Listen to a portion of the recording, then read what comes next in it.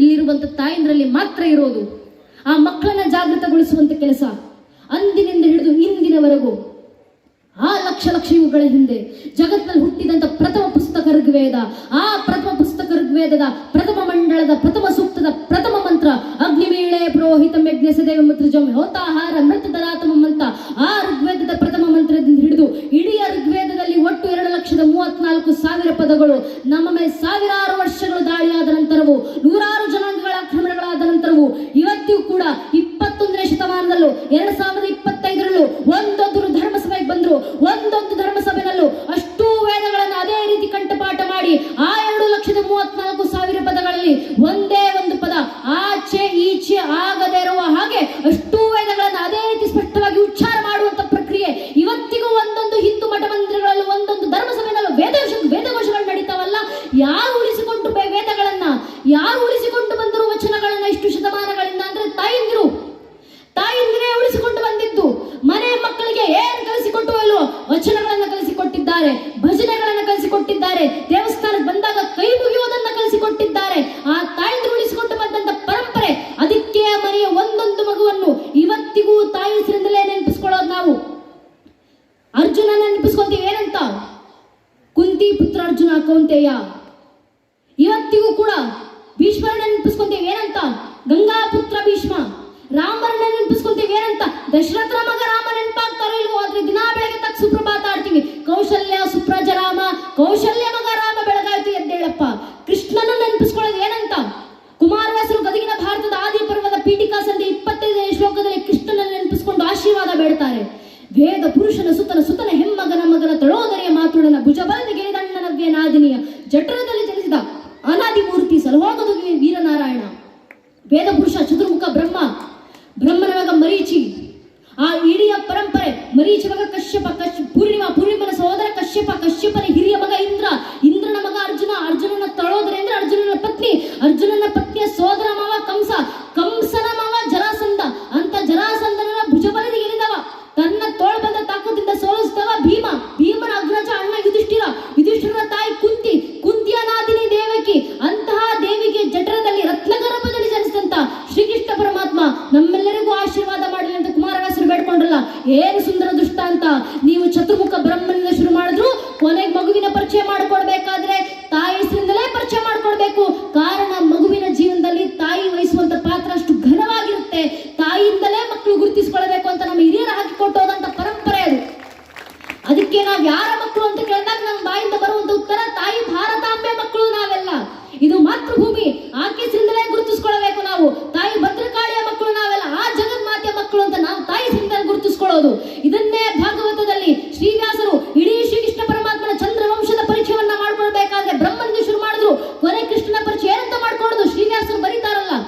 ಮೊದಲಿಗೆ ಬಂದದ್ದು ಶ್ರೀವಿಷ್ಣುವಿನ ಮಗ ಬ್ರಹ್ಮನ ಮಗ ಮರೀಚಿ ಮಗ ಕಶ್ಯಪನ ಮಗ ವೈವಾಸ್ವನ ಮಗ ಮನುವಿನ ಮಗ ಇಳನ ಮಗ ಪುರೂರವನ ಮಗ ಅಯುವಿನ ಮಗ ನಘೂಷನ ಮಗ ಯಾತಿಯ ಮಗ ಯದುವಿನ ಮಗ ಕ್ರೋಸ್ತುವಿನ ಮಗ ಧ್ವಜೀವನ ಮಗ ಸ್ವಾತಿಯ ಮಗ ಋಷಂಕುವಿನ ಮಗ ಚಿತ್ರರಥನ ಮಗ ಶಶಿಬಿಂದುವಿನ ಮಗ ಪೃಥುಷಾರನ ಮಗ ಪೃಥ್ವೋತ್ತಮನ ಮಗ ಉಷಾನ ಮಗ ಶಿತಾಪುವಿನ ಮಗ ರುಕುಮಕವಚನ ಮಗ ಪಾರವೃತನ ಮಗ ಜ್ಞಾಮೋಗನ ಮಗ ವಿದ್ರವನ ಮಗ ಕ್ರೋತ್ನ ಮಗ ಕುಂತಿ ಮಗ ದೃಷ್ಟಿ ಮಗ ನಿಧೃತಿ ಮಗ ದಾಸಾಯಿ ಮಗ ವ್ಯೋಮನ ಮಗ ಜುಮುತನ ಮಗ ವಿಕೃತಿಯ ಮಗ ಭೀಮರಥ ಮಗ ನವರಥನ ಮಗ ದಾಶರಥ ಮಗ ಶಾಕೂನಿ ಮಗ ಕರಂಭಿಯ ಮಗ ವಿದ್ವರತ್ನ ಮಗ ಶೂರನ ಮಗ ಶ್ಯಾಮಿನ ಮಗ ಪ್ರತಿಕ್ಷಾತ್ರ ಮಗ ಸ್ವಯಂಭೋಜನ ಮಗ ಋದಿಕ್ನ ಮಗ ದೇವಗರ್ಭನ ಮಗ ಶೂರಸೇನ ಮಗ ವಾಸುದೇವನ ಮಗನೇ ಚಂದ್ರವಂಶ ಚಕ್ರವರ್ತಿ. ದೇವಕಿ ಏನಂದ್ರೆ ಶ್ರೀಕೃಷ್ಣ ಪರಮಾತ್ಮ ಅಂತ ವ್ಯಾಸರು ಮಾಡಿಕೊಟ್ಟಂತ ಪರಿಚಯ. ನೀವು ಎಲ್ಲಿಂದ ಬೇಕಾದ್ರೂ ಶುರು ಮಾಡಿ, ಕೊನೆ ಮಗುವಿನ ಪರಿಚಯ ತಾಯಿ ಹೆಸರಿಂದಲೇ ಮಾಡಿಕೊಡಿ. ಕಾರಣ ತಾಯಿ ಮಕ್ಕಳಿಗೆ ಕೊಡುವಂತ ಸಂಸ್ಕಾರಕ್ಕಿಂತ ಮೀರಿದ ಸಂಸ್ಕಾರ ಜಗತ್ನಲ್ಲಿ ಇಲ್ಲ. ಅದಕ್ಕೆ ನಮ್ಮ ವಚನಾಕಾರರು ಹೇಳಿದ್ದು, ಆ ಹೆಣ್ಣು ಯಾರು? ಆ ಹೆಣ್ಣು ಖುದ್ದು ಸ್ವತಃ ಕೂಡಲ ಸಂಗಮ ದೇವನ ಪರವಾಗಿ ತಾವು ಯಾರನ್ನ ಕಾಣಬೇಕು? ತಾಯಿಯನ್ನ ಕಾಣಬೇಕು, ಹೆಣ್ಣನ್ನ ಕಾಣಬೇಕು. ಕಪಿಲ ಸಿದ್ಧನನ್ನ ತಾಯಿಯಲ್ಲಿ ಕಾಣು, ಹೆಣ್ಣಲ್ಲಿ ಕಾಣು ಅಂತ ನಮ್ಮ ಹಿರಿಯರು ಹಾಕಿಕೊಂಡಂತ ಮಾರ್ಗದರ್ಶನ. ಆ ಪರಂಪರೆ ನಮ್ಮ ತಾಯಿಂದರು ಸಾಗುವ ಮೂಲಕ ನಮ್ಮ ಮನೆಯ ಪ್ರತಿಯೊಂದು ಮಗುವಿಗೂ ಆ ಧರ್ಮ ಪರಂಪರೆ, ಆ ಸಂಸ್ಕೃತಿ ಸಂಸ್ಕೃತಿಯ ಪರಿಚಯವನ್ನು ಮಾಡಿಸೋಣ. ನಿರಂತರವಾಗಿ ಮಠ ಮಂದಿರಗಳಿಗೆ ಕರ್ಕೊಂಡು ಬರುವ ಮೂಲಕ ನಮ್ಮ ಮಠ ಮಂದಿರಗಳ ಪರಂಪರೆಯನ್ನ ಇಷ್ಟೇ ವಿಜೃಂಭಣೆಯಿಂದ ಪಾಲಿಸುವ ಮೂಲಕ ಪರಂಪರೆಯನ್ನು ಬೆಳೆಸೋಣ ಅಂತ ತಮ್ಮಲ್ಲಿ ಕೇಳ್ಕೊಂತ ನಂಗೆರಡು ಮಾತನಾಡಲಿಕ್ಕೆ ಅವಕಾಶ ಮಾಡಿಕೊಟ್ಟಂತ ಎಲ್ಲ ಹಿರಿಯರಿಗೆ ಹಾಗೂ ಎಲ್ಲರೂ ಒಂದೇ ಅಲ್ಲ ಅನ್ನೋ ಸ್ವರೂಪ ಇದು ಅಲ್ಲಮ್ಮ ಪ್ರಭುಗಳು ಹೇಳಿದಂತ ಮಾತು. ಬಯಲಾದೋಳು ಎಲ್ಲವೂ ಬಯಲಾದಲ್ಲಿ ಇನ್ನು ಉಳಿದಿದ್ದೇನು? ಆ ಪರಾಕಾಶನಲ್ಲಿ ಶಿವ ಕೂತಿದ್ದಾರೆ. ದಕ್ಷ ಪ್ರಜಾಪತಿಗೆ ಅರಿವಾಗಲಿಲ್ಲ.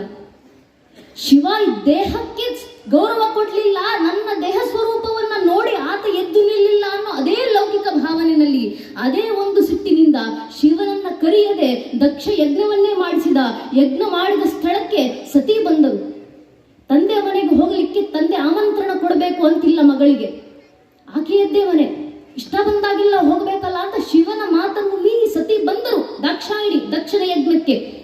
ಬಂದಂತ ಸಂದರ್ಭದಲ್ಲಿ ಆಕೆ ತನ್ನ ಪತಿಗೆ ಆದಂತ ಅಗೌರವ ಏನು ಅಂತ ತಿಳಿದ ನಂತರ ನಾನು ಬಂದಾಗಲೂ ನನ್ನ ತಂದೆ ನನ್ನನ್ನು ಮಾತಾಡಿಸ್ತಿಲ್ಲ, ನನ್ನ ಪತಿಗೂ ಅಗೌರವ ಮಾಡಿದ್ದಾರೆ ಅನ್ನೋ ಕಾರಣಕ್ಕೆ ಆ ಸಂದರ್ಭದಲ್ಲಿ ತಾಯಿ ಸತಿ ಕೂತು ತನ್ನ ಅಪಾನ ವ್ಯಾಯ ಎಲ್ಲ ಸಮಾಧಾನವನ್ನ ನಾಭಿ ಹತ್ರ ಒಂದುಗೂಡಿಸಿಕೊಂಡು ಅಲ್ಲಿಂದ ಹೃದಯಾಗ್ನಿ ಹತ್ರ ತಂದು ಹೃದಯಾಗ್ನಿಯಿಂದ ತನ್ನ ಆಗ್ನೇಯ ಚಕ್ರದ ಅಡಿಗೆ ತಂದು ಕೊನೆಗೆ ದೇಹದ ಅಂಗಾಂಗಗಳಲ್ಲೂ ಇಂದ್ರಿಯಗಳಲ್ಲೂ ಇರುವಂತ ಅಗ್ನಿಯನ್ನ ಒಗ್ಗೂಡಿಸಿಕೊಂಡು ಆ ಅಗ್ನಿಯಿಂದ ದೇಹವನ್ನು ಸುಟ್ಟು ಶಾಸ್ತ್ರಾಗ್ನಿಯಿಂದ ಅಲ್ಲಿ ಚಕ್ರದಿಂದ ತಾಯಿ ಹೊರಟರು. ಆಕೆ ದೇಹ ಬಿತ್ತು. ಈ ವಿಷಯ ಶಿವನಿಗೆ ತಿಳಿಯಿತು. ಶಿವನಿಗೆ ತಿಳಿದಂತ ಸಂದರ್ಭದಲ್ಲಿ ಅಲ್ಲಿಂದ ಶಿವನ ಒಂದು ಅವತಾರ ಬರಲಿಕ್ಕೆ ಶುರುವಾಯಿತು. ಆತನ ಅವತಾರಗಳು ರುದ್ರಗಣಗಳೆಲ್ಲವೂ ಬಂದು ತಾಯಿ ಸತಿ ದೇಹ ಬಿಟ್ಟಿದ್ದಾರೆ. ಆಕೆ ದೇಹ ನಾಶವಾಗಿದೆ. ತನ್ನ ಗಂಡನಿಗೆ ಆದ ಅಪಮಾನ, ತನಗೆ ಆದ ಅಗೌರವವನ್ನು ಸಹಿಸಲಿಕ್ಕಾಗದೆ ತಾಯಿ ದಾಕ್ಷಾಯಿಣಿ ದೇಹ ಬಿಟ್ಟಿದ್ದಾರೆ, ಪ್ರಾಣತ್ಯಾಗ ಮಾಡಿದ್ದಾರೆ ಅನ್ನೋ ಸುದ್ದಿ ಗೊತ್ತಾದ ಕೂಡಲೇ ಶಿವ ಬರಲಿಲ್ಲ. ಶಿವನ ವೃತ್ತಗಣಗಳಿದ್ದಂತ ಭೂತಗಣಗಳೆಲ್ಲರೂ ಬಂದರು ದಕ್ಷಿಣ ಮೇಲೆ ಪ್ರಹಾರವನ್ನ ಮಾಡಲಿಕ್ಕೆ. ಬಂದಾಗ ಭೃಗು ಮಹರ್ಷಿ ಅಲ್ಲಿದ್ದವರು ತನ್ನ ಗಣಗಳನ್ನು ಸೃಷ್ಟಿ ಮಾಡಿ ಒಬ್ಬರು ವಿರುದ್ಧ ಒಬ್ಬರು ನಿಂತು ಯುದ್ಧವನ್ನ ಮಾಡ್ತಿರಬೇಕಾದ್ರೆ ಅಲ್ಲಿದ್ದಂತ ಎಲ್ಲರ ನಾಶವೂ ಆಗುತ್ತಿತ್ತು. ಆ ವಿಷಯ ಶಿವನಿಗೆ ತಿಳಿಯಿತು. ಶಿವ ಸಿಟ್ಟಿನಿಂದ ಭೃಗು ಮಹರ್ಷಿ ತಯಾರಿಸಿದಂತ ಗಣಗಳು ತನ್ನ ರುದ್ರಗಣಗಳನ್ನ ನಾಶ ಮಾಡಿದ್ದಾರೆ ಅಂತ ಗೊತ್ತಾದ ಕೂಡಲೇ ಶಿವ ಇನ್ನು ರುದ್ರಗಣಗಳು ಬೇಡ, ನಾನೇ ಹೊರಡ್ತೀನಿ ಅಂತ ತನ್ನ ಒಂದು ಅವತಾರವನ್ನ ತನ್ನ ಜಟೆಯನ್ನ ತೆಗೆದು ಭೂಮಿಯ ಮೇಲೆ ಅಪ್ಪಳಿಸಿ ತನ್ನ ಜಟೆಗೂ ಭೂಮಿಗೂ ಆದಂತ ಆ ಘರ್ಷಣೆಯಿಂದ ಒಂದು ಅವತಾರ ಎದ್ದು ಬಂತು. ಆ ಅವತಾರ ಕೈಯಲ್ಲಿ ಬಿಚ್ಚುಗತ್ತೆನೆ ಹಿಡಿದು ನಡುತ್ತಾ ಬರಿತಾ ಇದ್ರೆ ಆ ಅವತಾರ ನಡೆದು ಬರ್ತಿದ್ದಂತ ಕಾಲು ಸಪ್ಪಳಕ್ಕೆ ಇಡೀ ಭೂಮಂಡಲ ನಡುತ್ತಿತ್ತು, ಇಡೀ ಕೈಲಾಸ ನಡುಗಿತ್ತು. ಅದರ ಸತ್ತು ದಕ್ಷ ಪ್ರಜಾಪತಿಯ ಮಣ್ಣಲ್ಲಿದ್ದಂತೆ ಯಜ್ಞಶಾಲೆನಲ್ಲಿದ್ದಂತೆ ಎಲ್ಲರಿಗೂ ಕೇಳಿಸಿತು. ಆಗ ದಕ್ಷ ಪ್ರಜಾಪತಿಯ ಪತ್ನಿ ಬಂದು ಕೇಳ್ತಾರೆ ದಕ್ಷನಿಗೆ, ಯಾರಿಗೆ ಸಿಟ್ಟು ಬರಿಸಿದ್ದೀಯಾ ನೀನು? ಯಾವ ಶಿವನನ್ನ? ಶಂಭೋ ಶಂಕರ ಅಂದ್ರೆ ಸಾಕು, ತನ್ನದೆಲ್ಲವನ್ನೂ ಕೈಗೆ ಕೊಟ್ಟು ಕೈಲಾಸವನ್ನು ಬೇಕಾದ್ರೆ ತಗೊಂಡು ಹೋಗುವಂತ ಕೊಡುವಂತ ಆ ಶಿವನಿಗೆ ಸಿಟ್ಟು ಬಂದಿದೆ ಅಂದ್ರೆ ಮಾಡಬಾರದಾದಂತ ಯಾವುದೋ ಒಂದು ಅಪರಾಧ ಮಾಡಿದ್ಯಾ, ಆಗಬಾರದ ಅಧರ್ಮ ಆಗಿದೆ, ಏನು ಮಾಡಿದ್ಯಾ ಉತ್ತರ ಕೊಡು ಅಂತ ದಕ್ಷ ಪ್ರಜಾಪತಿಯ ಪತ್ನಿ ಪ್ರಶ್ನೆ ಕೇಳ್ತಾರೆ. ದಕ್ಷ ಪ್ರಜಾಪತಿ ಉತ್ತರ ಕೊಡೋದಿಲ್ಲ. ಆತನಿಗೆ ಮುಂದೆ ಮಾತು ಬರೋದಿಲ್ಲ. ಯಾಕೆ?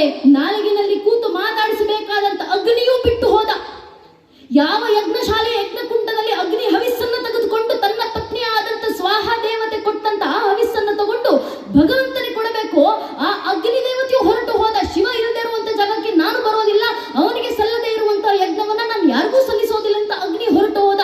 ನಾಲಿಗೆನಲ್ಲಿ ಕೂತಿದ್ದಂತ ಅಗ್ನಿ ಬಿಟ್ಟು ಹೋದ. ನಾಲಿಗೆಯಿಂದ ಮಾತು ಹೊರಡ್ತಿಲ್ಲ ದಕ್ಷ ಪ್ರಜಾಪತಿಗೆ. ಇನ್ನು ಯಾರು ಬರ್ತಿದ್ದಾರೆ ಯಜ್ಞಶಾಲೆಯಲ್ಲಿ ಉಳಿದವರೆಲ್ಲ ಅಂದುಕೊಂಡ್ರು, ಅಕ್ಕಪಕ್ಕ ಮಾತಾಡಿಕೊಂಡ್ರು, ಯಾರೋ ಶಿವನ ರುದ್ರಗಣಗಳು ಬರ್ತಿದ್ದಾವ, ಶಿವನ ಭೂತಗಣಗಳಲ್ಲಿ ಯಾರಾದ್ರೂ ಒಬ್ರು ಎದ್ದು ಬರ್ತಿದ್ದಾರ. ಪಕ್ಕದವರು ಹೇಳಿದ್ರು, ಶಿವನ ರುದ್ರಗಣಗಳಲ್ಲಿ ಭೂತಗಣಗಳಲ್ಲಿ ಯಾರು ಎದ್ದು ಬರ್ತಿಲ್ಲಪ್ಪ, ಶಿವನೇ ರುದ್ರನಾಗಿ ಭದ್ರನಾಗಿ ವೀರಭದ್ರನಾಗಿ ಎದ್ದು ಬರ್ತಿದ್ದಾನೆ, ಎಲ್ಲರೂ ಹೊರಡರಿ ಅಂತ. ಅಲ್ಲಿ ವೀರಭದ್ರನ ಅವತಾರ ಆಯ್ತು. ಆ ವೀರಭದ್ರ ಬಂದು ನಾವ್ ಯಾವಾಗಲೂ ಅಂದುಕೊಳ್ಳೋದಿದೆ, ನಾವು ವೈದಿಕ ಪರಂಪರೆ ಸನಾತನ ಧರ್ಮ ಎಲ್ಲ ಸಂಸ್ಕೃತಿಯನ್ನ ಪರಂಪರೆಯನ್ನ ಆಚರಣೆ ಮಾಡ್ತೀವಿ. ನಮ್ಮ ಆಚರಣೆಗಳಲ್ಲಿ ನಮ್ಮ ಪೂಜೆಗಳಿಗೆ ಪುನಸ್ಕಾರಗಳಿಗೆ ಯಜ್ಞಕ್ಕೆ ಬಹಳ ದೊಡ್ಡ ಮಹತ್ವ. ಯಜ್ಞ ಮಾಡೋದನ್ನ ಕೇಳೋದ್ರಲ್ಲಿ ಅರ್ಥ ಇದೆ, ಯಜ್ಞ ನಾಶ ಮಾಡಿದವನನ್ನ ಕೇಳೋದ್ರಿಂದ ಏನು ಉಪಯೋಗ? ಅಧರ್ಮ ಅಲ್ವೇ ಅದು? ಪರಂಪರೆ ಹೆಣ್ಮಕ್ಳು ಧರಿಸಬೇಕು. ಯಾಕೆ ಗೊತ್ತೇ? ನಮ್ಮ ಪರಂಪರೆನಲ್ಲಿ ಹುಟ್ಟಿದ್ದೀವಿ ಅನ್ನೋದಕ್ಕೆ ನಮಗೆ ಏನಕ್ಕೆ ಸ್ವಾಭಿಮಾನ ಅಂದ್ರೆ ಕಾರಣ ಇಷ್ಟೇ. ನೀವು ಯಾವತ್ತಾದ್ರೂ ಜಗತ್ತಿನ ಇತಿಹಾಸವನ್ನ ಗಮನಿಸಿ ನೋಡಿ, ಇತಿಹಾಸದ ಪುಟಗಳನ್ನ ತಿರುಗಿ ಹಾಕಿ ನೋಡಿ. ನಾನು ಈ ಕ್ಷಣ ನಿಮ್ಮ ಮುಂದೆ ನಿಂತು ಇತಿಹಾಸದಲ್ಲಿದ್ದಂತ ಬ್ರಿಟಿಷರ ರಾಣಿ ಹೇಗಿದ್ರು ಅಂದ ಕೂಡಲೇ ನನ್ನ ಕಣ್ಮುಂದೆ ಒಂದು ಭಾವಚಿತ್ರ ಬರುತ್ತೆ. ಅಲಂಕಾರ ಮಾಡಿಕೊಂಡು ತನ್ನ ಅರಮನೆಯಲ್ಲಿ ಕೂತಿರುವಂತ ಒಬ್ಬ ಹೆಣ್ಮಗಳ ಭಾವಚಿತ್ರ ಬರ್ಬೋದು. ನಾನು ಈ ಕ್ಷಣ ನಿಮ್ಮ ಮುಂದೆ ಮೊಘಲ ರಾಣಿಯರನ್ನ ನೆನಪಿಸ್ಕೊಳ್ಳಿದ್ರೆ ಯಾವ ಭಾವಚಿತ್ರ ಕಣ್ಮುಂದೆ ಬರುತ್ತೆ? ಕೈಯಲ್ಲೊಂದು ಗುಲಾಬಿ ಹಿಡ್ಕೊಂಡು ವಜ್ರ ವೈಡೂರ್ಯ ತೊಟ್ಟು ಶೃಂಗಾರ ಮಾಡಿ ಅಲಂಕಾರ ಮಾಡಿಕೊಂಡು ತನ್ನ ಅಂತಃಪುರ ಅರಮನೆಗೆ ಸೀಮಿತವಾಗಿರುವಂತಹ ಹೆಣ್ಣು ಮಗಳ ಭಾವಚಿತ್ರ ಕಣ್ಮುಂದೆ ನೆನಪಿಗೆ ಬರ್ಬೋದು. ಯಜ್ಞವನ್ನ ನಾಶ ಮಾಡಿದ ಕಥೆಯನ್ನ ಕೇಳೋದ್ರಿಂದ ಬರುವಂತ ಫಲ ಎಂತಹದ್ದು? ಶ್ರೀವ್ಯಾಸರು ಭಾಗವತ ಪುರಾಣದಲ್ಲಿ ಬರೀತಾರೆ, ದಕ್ಷ ಯಜ್ಞವನ್ನ ನಾಶ ಮಾಡಿದಂತ ಧರ್ಮ ಕಾರ್ಯವನ್ನ ಮಾಡಿದಂತ ವೀರಭದ್ರನ ಕಥೆಯನ್ನ ಕೇಳೋದು ಅಂದ್ರೆ ನಿನ್ನ ಜೀವನ ಬಿಟ್ಟು ಯಾವ ಕ್ಷಣಕ್ಕೆ ಈ ಉಸಿರು ನಿನ್ನ ದೇಹವನ್ನು ಬಿಟ್ಟು ಹೋಗುತ್ತೋ, ಬಿಟ್ಟು ಹೋಗುವ ಕಾಲದಲ್ಲೂ ಕೂಡ ಶಿವ ಶಿವ ಶಿವ ಅಂತ ಶಿವನನ್ನು ನೆನಪಿಸ್ಕೊಡುವಂತ ವರವನ್ನ ವೀರಭದ್ರ ಕೊಡ್ತಾನಪ್ಪ. ಆ ಕಾರಣದಿಂದ ವೀರಭದ್ರನ ಕಥೆಯನ್ನ ಕೇಳಿ ಅಂತ ಶ್ರೀವ್ಯಾಸರು ಭಾಗವತ ಪುರಾಣದಲ್ಲಿ ಬರೆದಂತ ಮಾತು. ಅಂತ ವೀರಭದ್ರನನ್ನ ಆರಾಧಿಸಿ. ಯಾವ ವೀರಭದ್ರ? ಕಲ್ಪಾಂತಕಾರ ಅಂತ ಹೇಳ್ತೀವಿ. ಕಲ್ಪದ ಅಂತ್ಯದಲ್ಲಿ ಕಾಲಾಗ್ನಿಯಂತೆ ಮುಂದೆ ನಿಂತು ತನ್ನ ಜಠರಾಗ್ನಿಯನ್ನೇ ಜ್ಞಾನಾಗ್ನಿಯಾಗಿಸಿಕೊಂಡು ಇಡೀ ಜಗತ್ತನ್ನ ನಾಶ ಮಾಡಿ ಅಧರ್ಮ ನಾಶ ಮಾಡಿ ಧರ್ಮವನ್ನು ಸ್ಥಾಪನೆ ಮಾಡಲಿಕ್ಕೆ ವೀರಭದ್ರ ಅವತರಿಸ್ತಾರೆ. ಯಾರ ಅಟ್ಟಹಾಸವನ್ನು ಕೇಳಿದ್ರೆ ಇಡೀ ಭೂಮಂಡಲ ಕಂಪಿಸುತ್ತೆ ಅಂತ ಹೇಳ್ತೀವೋ ಅಂಥ ವೀರಭದ್ರರು ಒಂದಲ್ಲ ಒಂದು ಸ್ವರೂಪದಲ್ಲಿ ಬಂದು ಅವತರಿಸ್ತಾರೆ, ನಮಗೆ ವರವನ್ನ ನೀಡಲಿಕ್ಕೆ, ನಮಗೆ ಜ್ಞಾನವನ್ನ ಕೊಡಲಿಕ್ಕೆ. ತಾಯಿ ಭದ್ರಕಾಳಿ ಅದರಲ್ಲೂ ನಮ್ಮ ಶಾಸ್ತ್ರಕಾರರ ಮಾತು, ಕಲವು ದುರ್ಗೋ ವಿನಾಯಕೋ, ಕಲಿಯುಗದಲ್ಲಿ ಅತ್ಯಂತ ವೇಗವಾಗಿ ಫಲಪ್ರಾಪ್ತಿ ಆಗಬೇಕಂದ್ರೆ ಪೀಳಿಗೆ ಈ ಪರಂಪರೆಯನ್ನು ಉಳಿಸುತ್ತೆ. ಯಾವ ಭಾವಿ ಪೀಳಿಗೆ ಉತ್ಕರ್ಷೆ ಮೇರೆಗೆ ಭರತ ವರ್ಷ ಮತ್ತೊಮ್ಮೆ ಭವ್ಯವಾಗಿ ಮೈತಳೆಯಬೇಕಾಗಿದೆಯೋ ಆ ಭಾವಿ ಪೀಳಿಗೆ ನಾವುಗಳೇ, ವೇದ ಉಪನಿಷತ್ತುಗಳ ವಾರಸುದಾರರು ನಾವುಗಳೇ, ಸನಾತನ ಪರಂಪರೆ ಉತ್ತರಾಧಿಕಾರಿಗಳ ನಾವುಗಳೇ. ನಾವೇ ಜಾಗೃತರಾಗಿ ಬರಬೇಕಾಗಿರೋದು. ನಮ್ಮ ಮಕ್ಕಳಲ್ಲಿ ಧರ್ಮ ಬೋಧನೆ, ನಮ್ಮ ಮಕ್ಕಳಲ್ಲಿ ಜಾಗೃತಿ. ಇಷ್ಟು ವರ್ಷ ನಮ್ಮ ಪೂರ್ವಿಕರು ಶ್ರಮ ಪಟ್ಟಿದ್ದಾರಲ್ಲ ಧರ್ಮ ರಕ್ಷಣೆಗೆ. ಒಂದೆರಡ ಈ ಧರ್ಮ ನಾಶ ಮಾಡಬೇಕು, ಈ ಪರಂಪರೆ ನಾಶ ಮಾಡಬೇಕಂತ 1,000ಕ್ಕೂ ಹೆಚ್ಚು ವರ್ಷ ನಿರಂತರ ದಾಳಿ ಆಯ್ತಲ್ಲ. ಇಷ್ಟು ವರ್ಷ ದಾಳಿ ಏನಮ್ಮ ಅಂತ ನಾವು ಅಂದುಕೊಂಡ್ರೆ ಒಮ್ಮೆ ಇತಿಹಾಸದ ಪುಟಗಳನ್ನು ತಿರುವು ಹಾಕಿ ನೋಡಿದಾಗ ನಮ್ಗೆ ಅರ್ಥ ಆಗುತ್ತೆ. ಇದೇ ಜಾಗದಲ್ಲಿ ಇದೇ ಜಗತ್ತಿನಲ್ಲಿ ಪ್ರಾಚೀನ ಅಂತ ಕರೆಸ್ಕೊಂಡಂತ 35 ಜನಾಂಗಗಳಿದ್ವು. ಎಲ್ಲೋದ್ವು ಆ ಪ್ರಾಚೀನ ಜನಾಂಗಗಳು? ಎಲ್ಲೋಯ್ತು ಜಗತ್ತಿನ ಮುಂದೆ ಪಿರಮಿಡ್ಗಳನ್ನು ಕಟ್ಟಿ ಮೆರೆದಂತ ಈಜಿಪ್ಷಿಯನ್ ಜನಾಂಗ? ಎಲ್ಲೋಯ್ತು ಜಗತ್ತನ್ನು ಆಳಲಿಕ್ಕೆ ಬಂದಂತ ಗ್ರೀಕ್ ಜನಾಂಗ? ಎಲ್ಲೋಯ್ತು ಜಗತ್ತಿಗೆ ಭಾಷಾಶಾಸ್ತ್ರ ಪರಿಚಯಿಸಿಕೊಟ್ಟಂತ ಪರ್ಷಿಯನ್ ಜನಾಂಗ? ಎಲ್ಲೋಯ್ತು ಬಾಬಿಲೋನಿಯನ್ ಜನಾಂಗ? ಎಲ್ಲೋಯ್ತು ಮೆಸೊಪೊಟೇಮಿಯನ್ ಜನಾಂಗ? ಪ್ರಾಚೀನ ಅಂತ ಕರೆಸ್ಕೊಂಡಂತ 35 ಜನಾಂಗಗಳು ಅಲ್ಪಾಯುಗಳಾಗಿ ಕಾಲಗರ್ಭ ಸೇರಿದ್ದಾವೆ. ನಮ್ಮ ಕಣ್ಣು ಮುಂದೆ ಕಣ್ತೆರೆದಂತ 100 ಮತಪಂಥಗಳು ಕಣ್ಮರೆಯಾಗಿದ್ದಾವೆ. ಯಾಕೆ? ತಮ್ಮ ಮೇಲಾದಂತ 10, 20, 40, 50 ವರ್ಷಗಳ ಕಾಲದ ಒಂದೇ ಒಂದು ಪರಕೀಯ ಜನಾಂಗದ ದಾಳಿಯನ್ನು ತಡೆಯುವಷ್ಟು ಸಾಮರ್ಥ್ಯ ಈ ಜನಾಂಗಗಳಿಗಿರಲಿಲ್ಲ. ಪರಿಣಾಮ ಇತಿಹಾಸದ ಪುಟಗಳಿಂದ ಅಳಿಸಿ ಹೋದುವ ಜನಾಂಗಗಳು. ಆ ಜನಾಂಗಗಳನ್ನ ಇವತ್ತು ನಾವು ದಿ ಡೆಡ್ ಸಿವಿಲೈಸೇಷನ್ ಅಂತ ಕರಿತೀವಿ. ಆ ಜನಾಂಗಗಳು ಮಾತಾಡ್ತಿದ್ದಂತ ಭಾಷೆಯನ್ನ ದಿ ಡೆಡ್ ಲ್ಯಾಂಗ್ವೇಜ್ ಅಂತ ಕರಿತೀವಿ. ಆ ಜನಾಂಗಗಳು ಆರಾಧಿಸ್ತಿದ್ದಂತ ದೇವರುಗಳನ್ನ ದಿ ಡೆಡ್ ಗಾಡ್ಸ್ ಅಂತ ಕರಿತೀವಿ. ಕಾರಣ ಅವರ ಭಾಷೆ ಮಾತಾಡ್ಲಿಕ್ಕೆ ಒಬ್ಬ ಜೀವಂತವಾಗಿಲ್ಲ, ಅವರ ದೇವರುಗಳನ್ನ ಪೂಜೆ ಮಾಡ್ಲಿಕ್ಕೆ ಒಬ್ಬ ವ್ಯಕ್ತಿ ಜೀವಂತವಾಗಿಲ್ಲ. ಆ ಜನಾಂಗದವರು ಅಳಿಸಿ ಹೋದ್ವು ಇಂಥ 1,000-100 ಜನಾಂಗಗಳು ಜಗತ್ತಿನ ಮುಖಪಟದಿಂದ. ಆದ್ರೆ ನಮ್ಮ ಸನಾತನ ಧರ್ಮ ಭಗವಂತ ದರಗಿಳಿಬೇಕಂದ್ರೆ ನಾವು ಮಂತ್ರಗಳನ್ನು ಉಚ್ಚಾರ ಮಾಡ್ಲಿಕ್ಕೆ ನಮಗೆ ಬರಲಿಲ್ಲ ಅಂದ್ರೆ ಪರವಾಗಿಲ್ಲ, ಭಜನೆಗಳನ್ನು ಹೇಳಿಕೊಟ್ಟಿದ್ದಾರೆ. ಭಜನೆ ಹಾಡಿ ಭಗವಂತ ಅವತರಿಸ್ತಾನೆ ಅನ್ನೋದು ನಮ್ಮ ಹಿರಿಯರ ಮಾತು. ಆ ಭಜನೆಗಿರುವಂತ ತಾಕತ್ತೆಂತದ್ದು ಗೊತ್ತೇ?